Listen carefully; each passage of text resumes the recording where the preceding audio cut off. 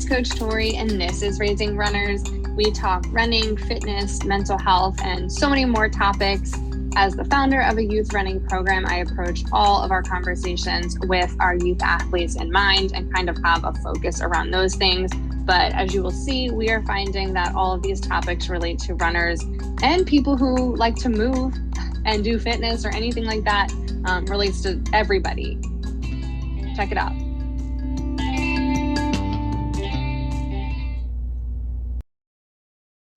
Hey, it's Coach Tori. And Jeff. And that was the longest pause ever. And this is Raising Runners. I thought you froze for a second. I was worried. I think I did freeze on my end. I said it as soon as you said it, but you did? Yeah, I did. It just I don't think it went through. And we're anticipating some internet connectivity issues apparently. So hang in there, everybody, because editing is not my favorite thing to do. But today we are back. It is just us two. We're going to finish up our last three topics for our running rhetoric. And then we're going to move on to some other things. We are currently brainstorming some good topics for you, still probably looking for some guests. But again, scheduling can be so challenging. So we'll kind of see how those things shake out. But I guess we should still do a little update, right? We can do like a mini update. Any updates on your training? Actually, know that there are. Yeah, I'm for me, I'm back to 100%.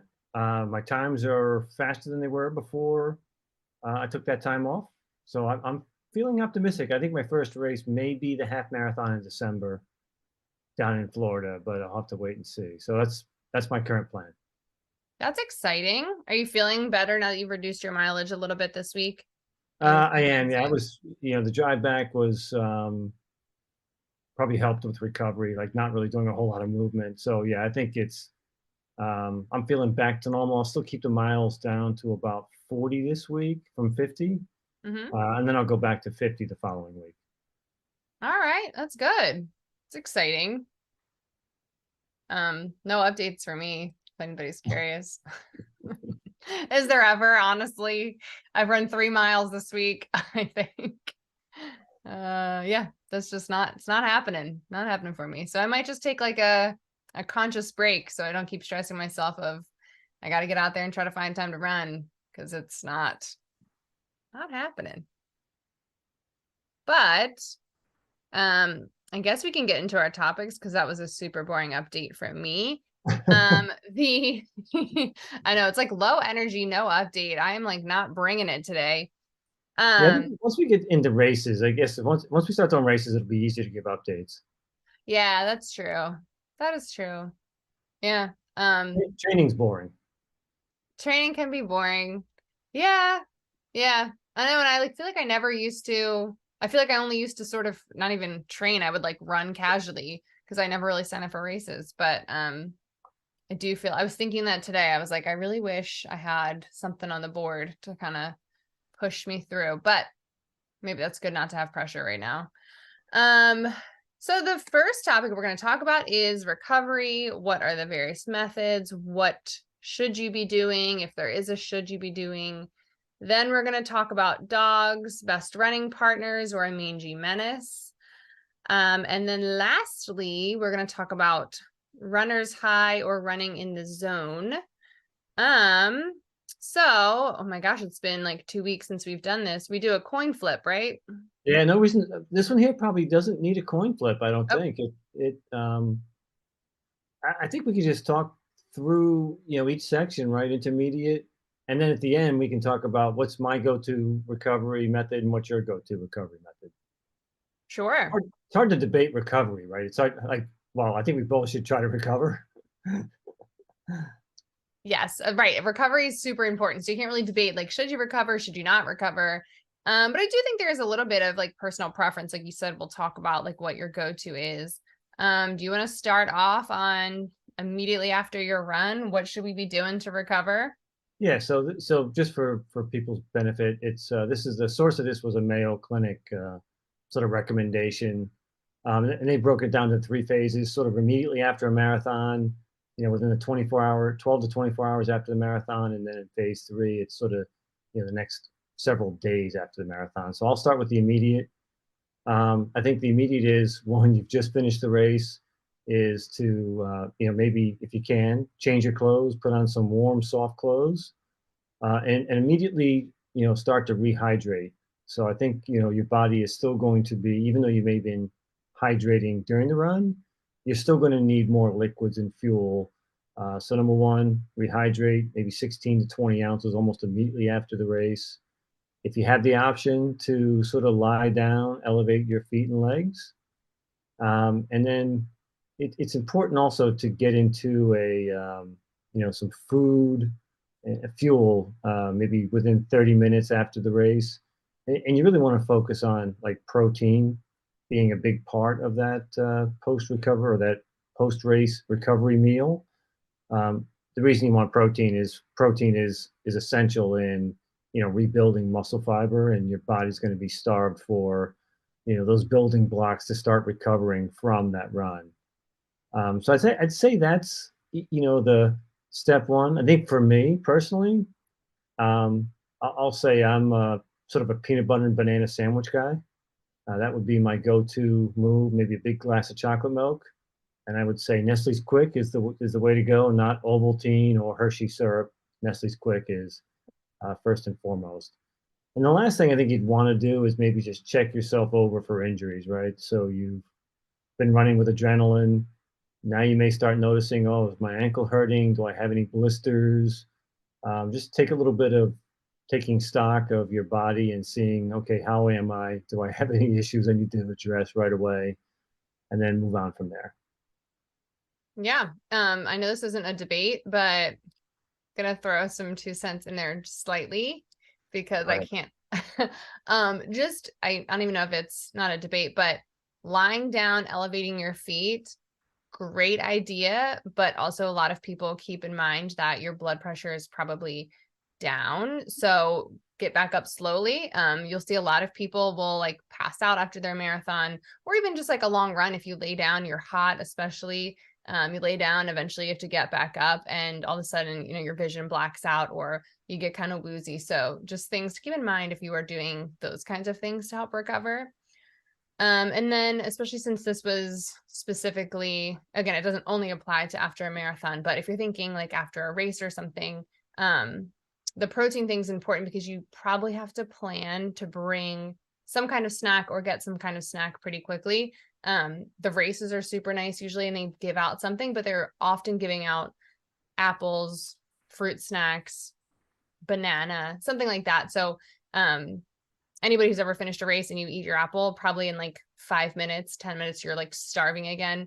That's because we need more than just the apple. So bringing a granola bar, a protein bar, a sandwich, like things to think about to plan ahead or your chocolate milk, you don't want to rely on just the race to provide a good recovery fuel. Okay, continue. Yeah, yeah. So I think if you want to go through phase two, maybe the 12 to 24, and I'll chime in. Yeah. You want to have a chance to debate what I'm saying? All right, so 12 to 24 hours after. So again, this is probably if you just did a marathon, that is after you get home, after you celebrate a little bit. Again, this could apply to long runs, long workouts. So this is probably if you work out in the morning, after work, the next day, next morning, something like that. Obviously, take a shower. For so many reasons, right? You're sweaty, you take a shower. But also, you're leaving salt, gunk, whatever else on your body. So that's important. Consider something cool or cold to help promote recovery. So again, people love a cold plunge, love a cool shower. I know a lot of more elite athletes will do a swim after their long runs, like in a cool pool outside. So those are things you can think about. I do not want to do that. But light static stretching. Again, light static stretching is good for after runs, not before runs. I think we'll talk about that later. Have a proper meal. So again, you had your recovery like immediately after food because you're hungry. Then you actually need to have a full meal that's balanced with all the things that you need, right? It says in here, oh, celebrate. Okay. Yeah. Limit the amount of alcohol when celebrating. I actually meant to bring that up in the recovery section with the food. Because again, lots of races are going to have like a beer garden or something. Everyone gets their free drink afterwards. Super fun if you're into that, but also not great to help you recover. And then, if you're out partying, celebrating your marathon, you're not recovering, you're not laying down with your feet up, and then getting a good night's sleep. So, of course, sleep, we talk about all the time, is really important to recovery physically and mentally, especially after you did a hard workout, a long race. You really do need to be sleeping to help your body rebuild everything that was damaged. Also, like mentally process everything that you did for the day, making sure you had something to eat before you go to bed, so that you're fueled. So when you get up in the morning, you're not also starving yet again. What I miss? No, no, I think you nailed it. I wasn't going to debate anything you said. I was going to just add that, for me, this is the hardest part is that sort of time period between immediately after, because immediately after I can still walk around. Yes, you're tired, you're fatigued, but then you take that drive home, and then I can't get out of the car, right? Then it's like your legs are now seized up, and it's like, wow, this hurts massively to even take a step, and getting out of the car is absolutely brutal. Um, yeah, so that window is real. I find after a marathon is really tough. Being motivated to take that shower, and some of it's psychological, just to get cleaned up, just feel refreshed a little bit. Maybe that heat again. I'll say I'm partial to sort of warm showers, not the cold plunges that people seem to love. I don't love them. Um, and then, yeah, I think the food is a big piece as well. And I'm not a big drinker, so I agree that limit the alcohol. Yeah. Right. Because after that amount of time, your body, like you mentioned for the first part, the adrenaline is wearing off. So you are now feeling all the blisters, all the aches and pains, and all of your tendons, your joints, all of the pounding that was going on. And then closer to the end of that window is when you start getting all of the muscle soreness, right? And now you're like, I can't walk because it hurts, and I can't walk because my muscles just aren't working. So you're in kind of a bad state usually for most people. Again, that's probably more on a marathon effort, hopefully not after like your usual long runs or anything. You really shouldn't be hurting that bad after. And like you said, the proper meal thing, another place where planning ahead could be super important, right? After you finally got your shower, you force yourself to do that. If you're not going to do takeout or something, like now you have to go cook yourself some food after you like do not feel like standing here. So maybe prepping meals ahead of time to make sure you have something that is going to be balanced and give you everything that you need: carbs, protein, fats, veggies, all that stuff. You want to make sure you have all that ready, because I know for me, especially, like even not even a marathon, if I just had like a long day and I'm hungry, I am not making anything good to eat, right? Like I am grabbing stuff as I'm walking through the kitchen, putting together whatever's the quickest thing to make. So prepping that is probably a big game changer. Okay, yeah, no, that's perfect. And then maybe I'll just jump into the next 2 to 3 days post race. Yeah. So now you're into the. I guess the first key is, and you're a coach, you'll probably have some more points of view on this than I do, but you should do some light walking, eat healthy, maybe some light massage on your muscles to sort of loosen them up and help them recover. I think it's probably your sort of your three basic things. What you don't want to do is just go out and start doing running. Is what I've heard from coaches in the past. Yeah, so it's pretty much like a general, you'll anywhere you look, pretty much you'll see that like at least a week of no running after a marathon effort is what most of us should be doing. There's a lot of studies on like at what point, I think it's like 8 days out, the muscle breakdown, is all on the road to recovery better. You should be able to start running and stuff like that.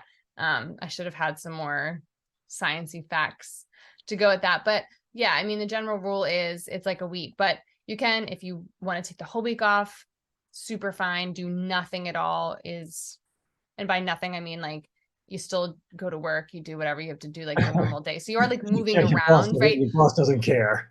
Right. No, and what that, and like also like you still should be doing something, right? But like you don't have to feel like you have to go to the gym if you want to do a light walking, yoga, swimming, biking, those kinds of things. But if you want to do nothing exercise related, also still totally fine. You're not going to see like all of a sudden I'm horribly out of shape, right? any of those differences you're going to feel is just because your body's tired. And then like the neuromuscular stuff, does start to need to be reminded, right? Of you still work out, you're still an active person.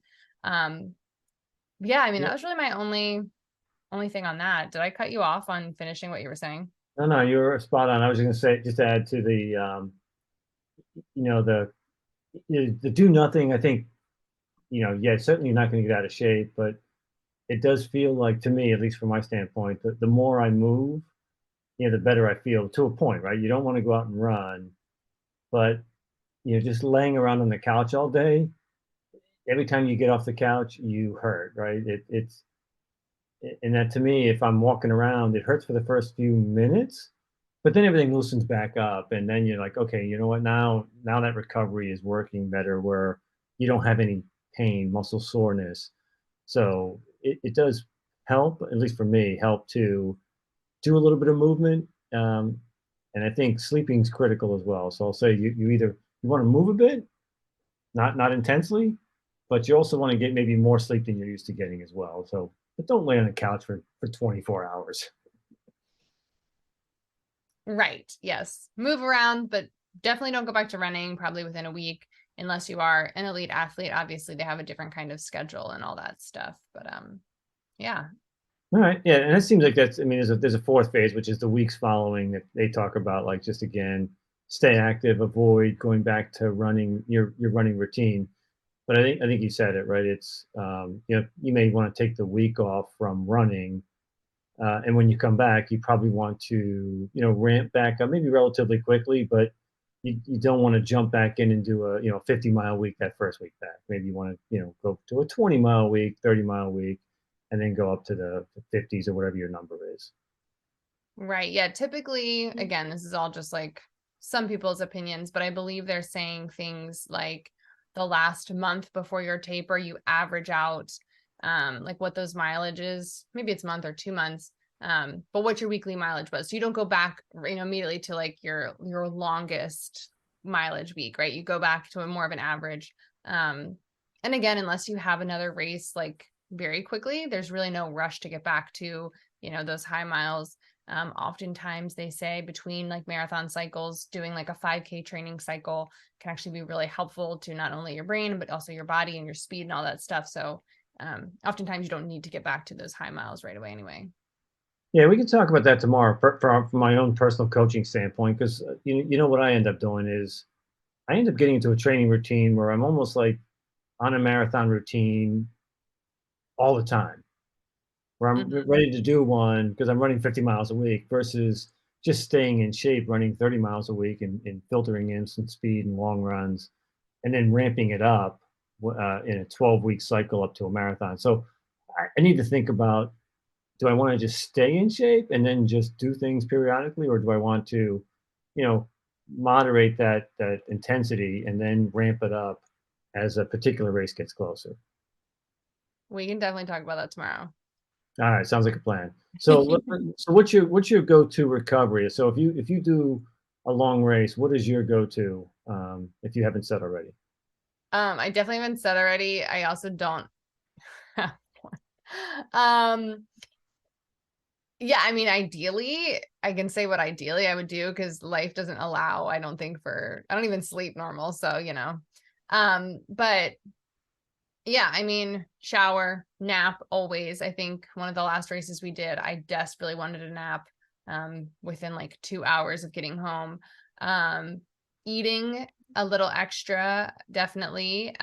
Drinking a lot. I'm not really a chocolate milk person, but I also just like don't do so well with dairy sometimes. Like the idea of it, kind of like, ugh. um, so that wouldn't really be probably in the cards, but um yeah, water, electrolytes, lots of food, a nap, a shower, wearing lots of warm stuff. I notice even if I run in the summertime, um I would like to put like sweatpants back on and stuff, just like all the sweat and everything, and then you go inside or whatever. But yeah, so I don't have like any fancy recovery routine. Back in the day, we would do ice baths, and by that I mean like 15 years ago was probably the last time I did that. And that was always like a fun thing to do when you're young. I don't know, cold bones are not my thing anymore, so not trying to do that. Well, I think on the last time we had this debate, one of these debates, I think I agreed to do an ice bath in the future and lunges and a few other things. So Mhm. I did do 2 ice baths down in Florida. I will say the ice melted pretty quickly, so it tells me that it was, the ice didn't stay as a layer on top of the tub. So it was certainly cold, but probably not as cold as it may normally be for people. Uh, Yeah. I didn't love it. I did it. I do find, and everyone says this, right? If you force yourself to relax and just say, breathe, breathe, um, then it is easier. It just becomes a feeling that you have. It's not the absolute torture, the inhale that you get when you first get in, like the Right, so exactly. yeah, yeah. So that was the initial reaction, but again, I'd heard that that would be your initial reaction, and then just sort of stay the course. And I probably stayed in maybe 5 or 6 minutes for each of the 2 times I did it. So, I may do it once a week.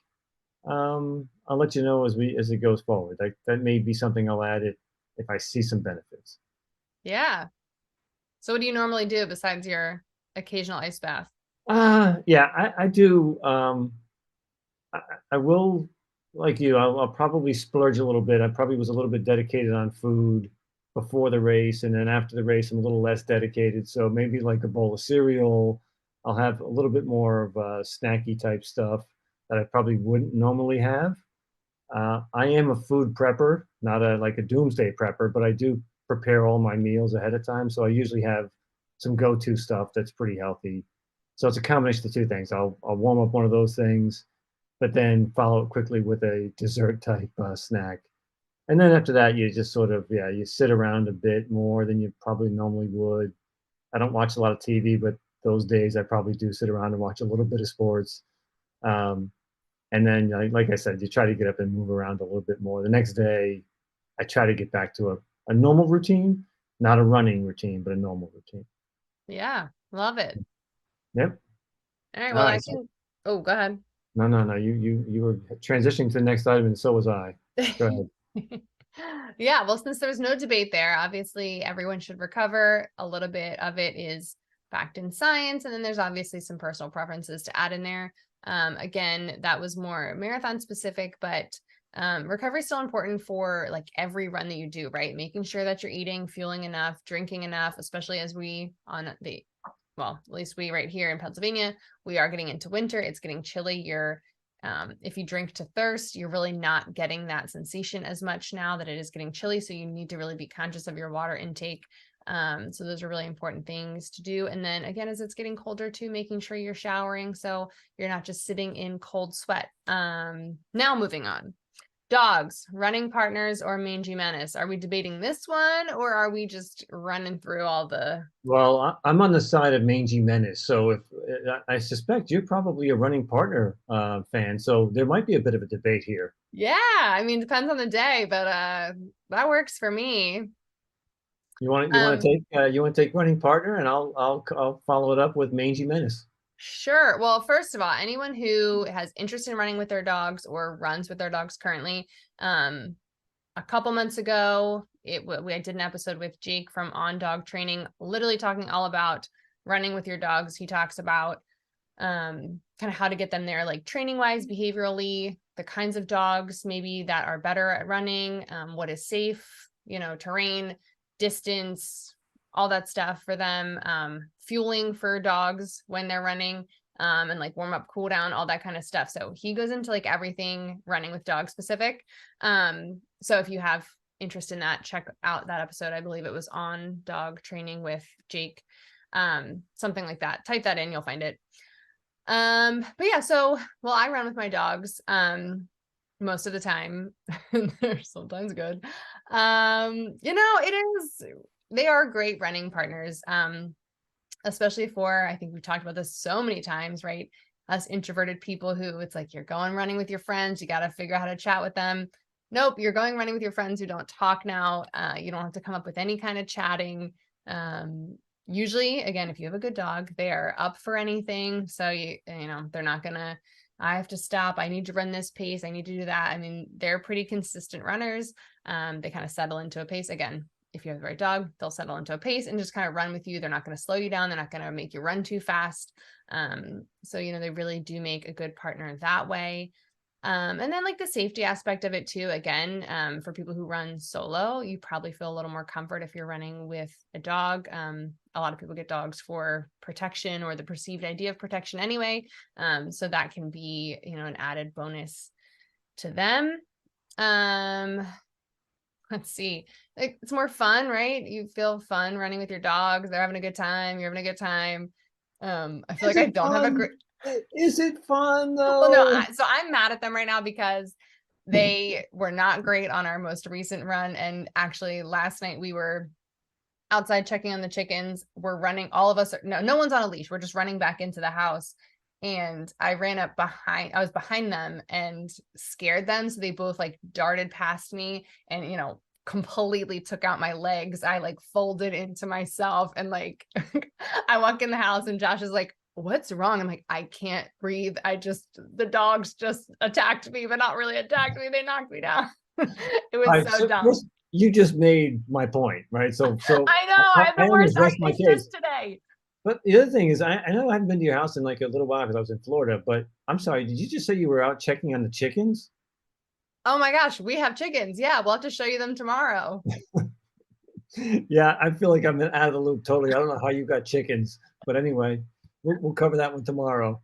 But before I close my argument, because I know today is not the day to ask me about running with your dogs. I do run with my dogs pretty much every time I go running, unless I'm on the treadmill. And I run with two dogs and a baby in a stroller, and they are great. They run on the street. We run in a neighborhood. We also run down like a busier road to get into other neighborhoods. And they do a good job just sticking with the pace. They don't, because they're well-trained dogs, usually I roll my eyes. They're not stopping 100 times to go pee. Like they know when we're running, this is work. So they are kind of just like straight to business. They don't pull or anything usually around other dogs. And again, we've been followed a couple times by like dogs from people's yards and stuff that leave the yard they're not supposed to, which always makes me a little nervous, especially with, the stroller. It's like, if I'm by myself, it feels easier for me to like evade a dog following us, right? But the stroller, you just feel a little more vulnerable. Like there's a person attached to the stroller that I'm now protecting. So the dogs always do a good job, like kind of keeping tabs on that other animal without, making it a whole deal. So I will say they are great running partners. I see people running with dogs all the time. Again, if they're good dogs, then it is worth it. But there are times that I get very upset with them if they, for some reason, trip me or one of them gets distracted. Again, few and far between, but Oh, terrible argument. don't try to mute my points that I'm about to say. So I I I, Uh, I do think everyone loves the idea. It's one of these concepts, ideas that sound great. You get this mhm. dog, they run with you, and it's just a perfect partnership. He's sitting in the back of the pickup truck while you're driving around. Not that that's a good idea. Um, and they just, you're just running together. You're partners for life. I just think that that setup, that dog is relatively rare. I think most dogs end up being like more likely are going to trip you. Again, there's exceptions to the rules. There are good dogs. They're just not all good dogs. Um, they do like to stop a lot and pee. And certainly if you get to a point where you're sort of going to a slower pace, I think the dog's going to suddenly think he's got time now to go do a sniff over there by the fire hydrant. Again, that's not great, not fun. So that's going to screw your pace up a bit. Um, if you certainly can't. I don't know. Maybe you can, but I think it's going to be harder to take them on a speed day when your pace is going to be set for a much higher pace, or those long run days where you're going out there and doing 10 miles. Dogs, and I'm sure that the guy that was on a few weeks ago, said this as well. Like certain breeds, they have limits. They need to be, trained. We can get into some tips in a few minutes, but um, if you're doing your long run, I'm not sure your dog's going to be up for a 10-mile run, depending on what your definition of a long run is. Um, you do need to be considerate of them, and you need to bring more hydration, not just for yourself, but for them as well. So that now you're carrying 2 water bottles, not 1. Um, and not everyone's running with a stroller that's got, again, I'm not saying that's easy. But there You is a got all the place now that pockets for the dog yeah, stuff. Yeah. yeah, it's a lot harder, but then there are suddenly, things that you can now, I got snacks with me and I got everything else. Um, and you need to have that well-behaved dog, which again, they're not just, and that's hard to get. And the last thing is, dogs can be a little bit, uh, uh, I won't say emotional, but they're reactive sometimes. So if they suddenly see a rabbit, a cat, someone runs by, another dog now comes into the fray, and it's not just your dog you got to worry about. You got to worry about someone else's dog coming up to yours. So there's a lot of variables that, as I like to go for a run, I don't really like to deal with all those variables. So for me, I find them to be a major menace. I will say Reagan wanted me to get a cat stroller. So they Mhm. do make those that you can run with your cats. So I'm like, we could get one. I can do it for a walk. I don't know that I could run with cats. But anyway, it's, I think cats might be a better friend because they're at least in a stroller and they're self-contained than a dog. Right. They're not causing extra problems. So for all those reasons, I'm going to go mangy menace, and you've already proved my point. So I probably say no more. Yeah. Yeah, really can't defend it too much. I do like running with my dogs, but also I take them so that they're tired, all the things. But and again, like I said, there are more tips in the episode that I did with Jake. I say months ago, it was probably like 6 months ago. So you have to like scroll far back. But just some quick things as a reminder. Um, knowing your dog breed. So, being conscious of what is feasible for the different kinds of dogs. Also like what is safe for them. He mentioned waiting till usually they're about a year, not only just for growth, but also for training to make sure that you're not just, oh, my dog's really good in the yard, or my dog likes to run in the yard, or my dog's good on a walk. Like you have to make sure that they are prepared for that so they're not causing all these other problems. Also preparing them conditionally, right? Like we think dogs just have boundless energy because they're animals. And you might take them for a run and within a mile they're like toast. So keeping that in mind, just like people, we need to build them up. Training them, of course, they need to know how to be safe for walking and running. I think one of the tips he had was, picking like a similar route that they're aware of, so they're not trying to be like all, dogs get like nosy and stuff, right? So like they already know what's here, they know what they're supposed to be doing. They don't have to be like sniffing everything, right? Just like having a ritual, get them to know, like I said, my dogs don't usually like poop or pee on their runs because they know that we are running. They're not supposed to be stopping 100 times. But when my son will take them for walks, they stop 1,000 times to do stuff. So they do know the difference in making sure you have that kind of ritual. And like you said, they have to carry extra gear, right? You need to have water. You may need to have treats or something. I don't think I've never heard that you have to like bring like fuel for them, right? But water definitely, being mindful of the temperatures, too cold, too hot. Different surfaces are going to be too cold or too hot, even if outside's not too cold, too hot. Also thinking if you're a place that gets snow, if they salt the roads, it's going to cut up their little feet. So just being mindful of different things like that. They do possibly need to eat more if they're working out more. So things to keep in mind. And then, yeah, sore muscles, they can get tired. Jake mentions like different like stretches to help them get warmed up, cool down. They shouldn't go immediately into their crates or something afterwards. They should be able to walk and stuff after a run. So yeah, it's a hassle to run with your dogs. Yeah, the no ifs, ands, or buts. It's a hassle. Yeah, I think the other thing you mentioned temperatures and like the hot surfaces and cold temperatures with the salt that could be on the snow. I I guess some dogs have these like little booties they wear for their feet. You don't have those for your Pancakes dog? used to. Okay.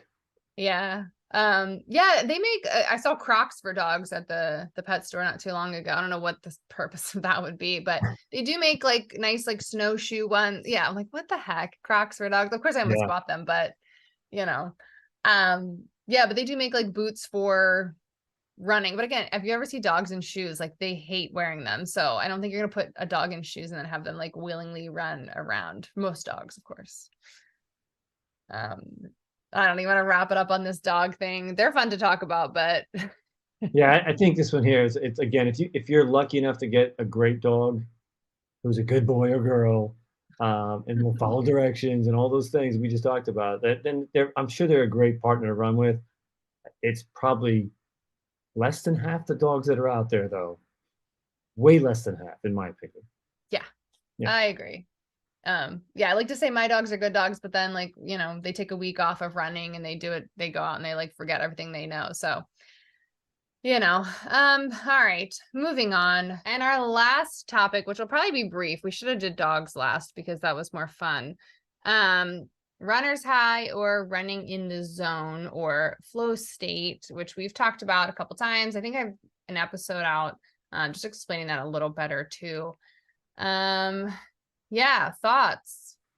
Yeah, I'll give you mine right away. Like I think I've said before, certainly runner's high, I've never experienced. So in my X number of years of running, whether long distance or sprinting, never had it. Don't know what it is. I mean, it's described as sort of like a release of endorphins and hormones. So it's more of a chemical reaction in the brain that gives you that sort of a high feeling. But I don't know about you. Have you ever sort of felt like you experienced runner's high? No, I feel like probably as a younger person, I probably was just like, oh my gosh, I feel so good after I run, and like just kind of equated those as like the same kind of thing.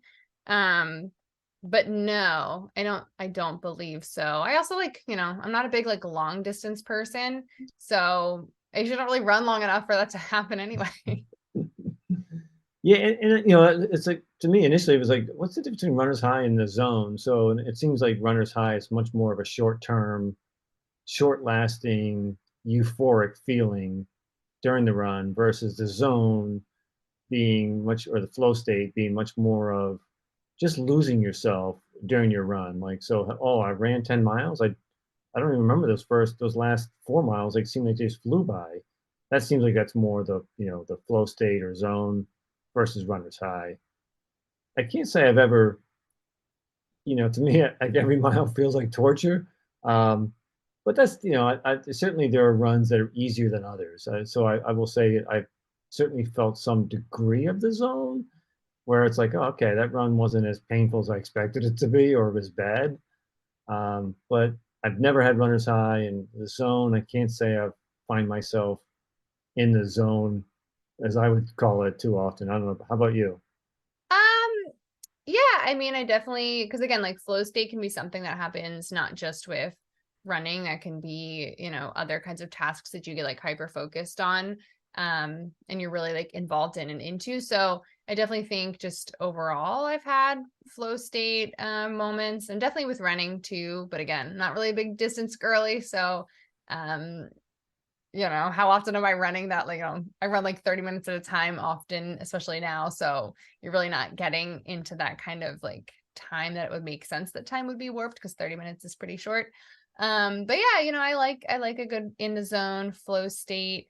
I think it's also really important for especially longer distance runners to something that they understand and like kind of have more awareness to help themselves get into that because again, it does help with training so much if you're not just like ticking away, you get like that treadmill effect of like every second is like going slower and slower and you're like I've been on the treadmill for an hour but it's only been 6 minutes, so kind of being able to tap into that, right?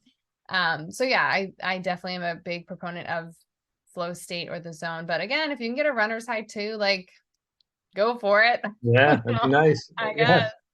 that would be great. Yeah, I'm back in love with my treadmill since I missed it for 3 weeks down in Florida.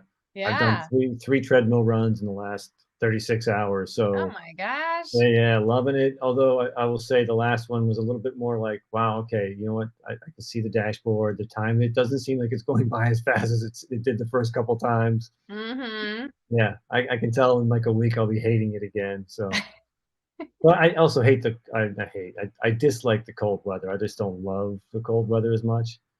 Even though it's easier to run in cold weather, um, Yeah. from a standpoint of performance wise, Right, like physically, yes. yes, yeah, your heart rate doesn't jump up, and you're in Florida, and you start running a 10-mile run. Your my heart rate goes through the roof pretty quickly, and you got to drop your pace down to manage accordingly. I just found the three runs I've done here because I just came back from there, they seemed easy in relation to that because I didn't have any heat raising my heart rate. Yeah. So anyway, yeah. There's probably no debate on the runner's high versus the zone. If you're lucky enough to achieve them, great. And as you just said, right, I think the runner's high is just going to happen. I don't think you can sort of make it happen. The Hmm. zone, though, I think, as you were saying, it's if you mentally prepare for it, if you do certain things, you might be more able to achieve getting into the zone or the flow state. So, and I think, yeah, I know you had a whole episode on that. Yeah. So go Check that back one to out listen. too. Yeah, check that episode out. Plugging away today. Yeah, Wow, what an anticlimactic way to end we're not going our to end. We're not going to end. Oh we're not well, end our debate. But yes, end our debates for now. But yeah, so that was it for those debates. Our running rhetoric. We're gonna, like I said, move on. It'll be a fun surprise because even we don't know what we're going to be doing next. If you have any guest suggestions or you want to connect us with anybody to do an interview, feel free to either comment on Spotify. Usually I have that question up somewhere on Spotify. If you're anywhere else, you can leave it in a review, or you can email at marikeyrunclub@gmail.com. The link is always in the bio, so feel free to do any of that to let us know kind of what you're thinking you want to hear. But lastly, a little coach's corner. yep, yeah. I've got two coaching questions for you. Yeah, This let's is my do chance it. to get my free advice and then let everyone else hear it as well. So, um, yeah, so last week, 2 weeks ago, we talked about lunges and tempo runs, and we brought those in. The other thing I do, um, running related, is a lot of core work and mobility. So I'm looking for some free advice on core and mobility. So for core, one of the things I do is planks, and for other people's benefit, like for me, the plank is defined as sort of in that push-up position. And the way I do them is then take the left hand, move it over to my right shoulder, bring it back down, and do the opposite with the other hand. And the idea of that is to sort of force your body to, prevent itself from twisting. So there's a little bit of stability that you've got to do with that. I still would call those sort of basic planks. Yes, it's a step above just holding yourself up. But I'm looking for sort of maybe the next level of a plank. I think I've sort of mastered this one, if there is such a thing. I'm trying to just get to the next level, but I'm not. I see people online; they're doing all kinds of crazy planks. I'm not looking to go to the crazy end. I'm looking to sort of take the next step. So maybe that would be my first question: is do you have any recommendations for my plank modifications to increase the complexity, but not too far off the charts? Yeah. Well, I let you. So you're describing shoulder taps, I think. Yes. Right. Okay. Yeah. Love a good shoulder tap. And that's great because again, that works with like the anti-rotational stability that we want for running, right? So that's great to do. To the next level, you can always try doing like leg lifts, alternating leg lifts, because that is a different way that you are now changing, right? So you're just in a regular plank position, bringing one leg off the ground, bringing it back, switching. So that's another different way that you're adding rotation that you're now trying to fight against. Now, Um, are you doing that in the hand as well? Are you doing sort of the right hand and the left leg, or you're just doing just your legs? just the legs. Oh, okay. Because then you start getting into something more, well, I don't know. You could also do bird dogs, but that's not really a plank anymore. Now you're more in like what is it, like all fours position, and then you are doing alternating arm and leg. I can send you that too, but no, for that I would just say stable arms, alternating legs. And then you also can do knee drives too in a plank position, so bringing the knee up to like close to same side elbow. You also could do opposite side elbow, but then you want to make sure that your hips aren't dropping as you're doing that pull as well. So you can do those ones again, alternating. You can either do it where your leg is, your foot is like off the ground, or depending on the surface you're on, you can do like a slide. So you slide your foot up, slide your foot back, slide your foot across. So those are two, I would say, other things to do that are kind of along the same idea of the shoulder taps, but maybe loving it up a little bit. And then if you want to get a little crazy too, get a medicine ball or something, and now you're doing just regular planks on the medicine ball, or then you can even do your shoulder taps with your hands on the medicine ball too. So now you're adding even extra stability, or like a Bosu ball, right? You could do that too. So there's just an extra way to add a little more. Side planks are great too. I think nobody likes those. They are terrible. In my opinion, I don't love a side plank, but you could always give those a whirl. Okay, yeah, no, it sounds like there's probably a few options. I do have a medicine ball I can use.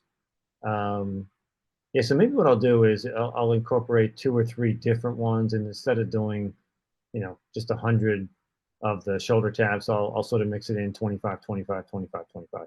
Still adds up to Yeah. 100, as you probably could tell. And if you want to add a little strength in there too, you can get not like a super heavy dumbbell, but you could do instead of your shoulder tap, you're doing a row with the dumbbell up. You've seen those, you roll the dumbbell across the row with the so you can always do that too. Adds, you're getting your plank in, but you're also getting some more of a row movement, which is great for running as well. Okay, no, that's good. I'll let you know what I add. Um, I get into a routine, and like I've done these planks now for probably 2 years, where I do them 3 times a week. But, Yeah. they're not really challenging. I've sped up the time in between to make them a little bit more challenging, but if it just becomes like you did them, you're not really pushing yourself. So I'm looking to sort of progress a little bit from where I was.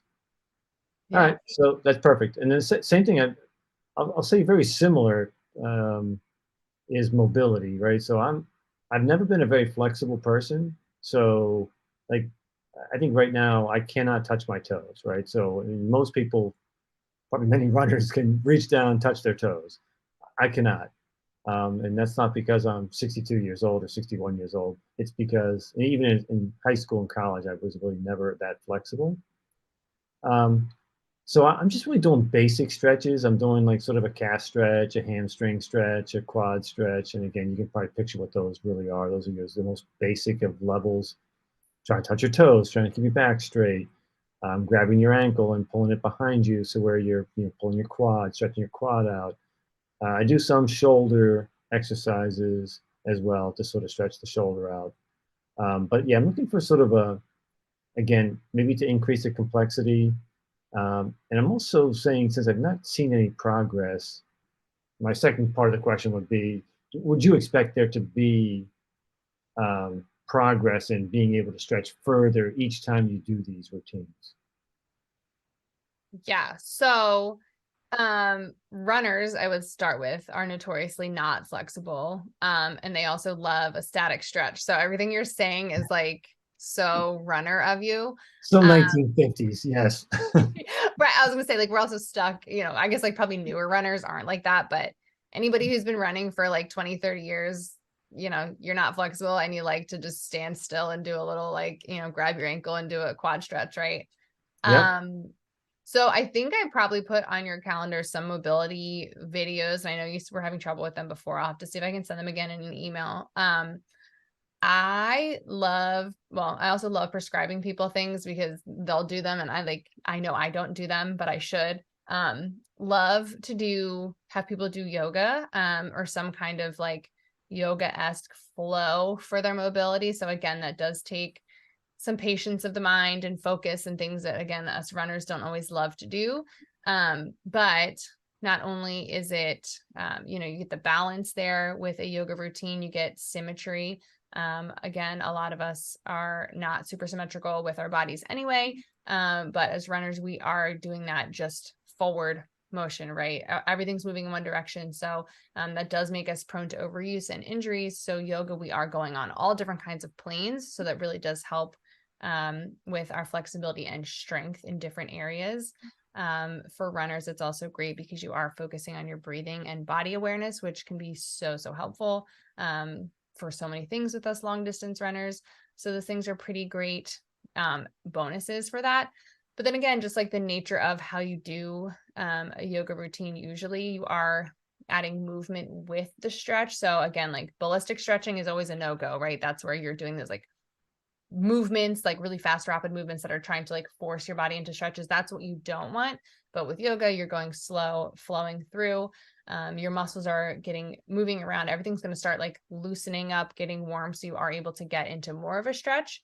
So that just like makes it more helpful to actually see progress. Usually, again, you'll see, if you go on different like YouTube or social media, and you'll see videos of people like, as soon as they start their yoga routine, they can't touch their toes, but then within 10 minutes of doing whatever they normally do, now they're able to touch the floor. So you see progress even within the one practice that you're doing, but then over time, again, your body will become more flexible, which is again partly in your brain, but also a lot of it is in your body as well. So kind of loosening up those muscles. And then other nice thing about yoga too is that you're getting to do the stabilizing, which we just kind of talked about with your core, right? So you're getting like a core exercise in there. You're getting some more upper body work that we don't usually get as runners as well. And then yoga is like an energy producing, or like it gives you energy, and whereas like running and lifting and all those things are going to be depleting our energy. So it is a nice balance with that, as well as we're doing something that's going to oxygenate our muscles and give us a little more energy throughout the day, or some way to get energized before our run or something like that. So it does have lots of different benefits. So I do like to say yoga, or again, like a Pilates or some kind of just like flow mobility routine. You'll go on YouTube, you'll find thousands and thousands and thousands of them. And then dynamic stretching, of course, anybody who runs knows all about the dynamic stretching. Again, it depends on where in your routine you want to put that, because that is great for, especially before runs, because we're now moving our muscles, we're getting warmed up like we're always talking about, but you're also getting that stretch, getting, working that range of motion too. But it can be tiring. So that's why I like to say yoga first, because, you do a dynamic stretch routine and now you're sweating, breathing heavy, your heart rate's up, right? Which is why it's a great warm up. But again, if it's just like your mobility day, you don't really want to be like getting yourself all worked up and overexerted, right? But dynamic stretching is great. I feel like I had something to say about that, and now it is like poof out of my head. Because with running, especially doing the dynamic stretches before, we don't want to do those static stretches because they can make our muscles like kind of like go inactive, right? We're making them too loose and stretch before our run. So we want to be doing something like a dynamic stretch that's going to make it a little more elastic. We actually want those muscles to be snappy, so they're working and they're ready to go, instead of just like loose and floppy. And that's not really going to serve us well as we're trying to have like fast turnover and stuff in our legs. So that's why usually a dynamic stretch is what you're thinking before a run. But I would say yoga or something like that if you want to just have like your mobility focused workout. I feel like I was all over the place. No, that's a lot of information. So I probably need to sit down with you and just sort of go through it. So yeah. All good. All right. Awesome. Thank you so much for coming on the show. Thank you for doing the last running rhetoric, and I'll see you tomorrow.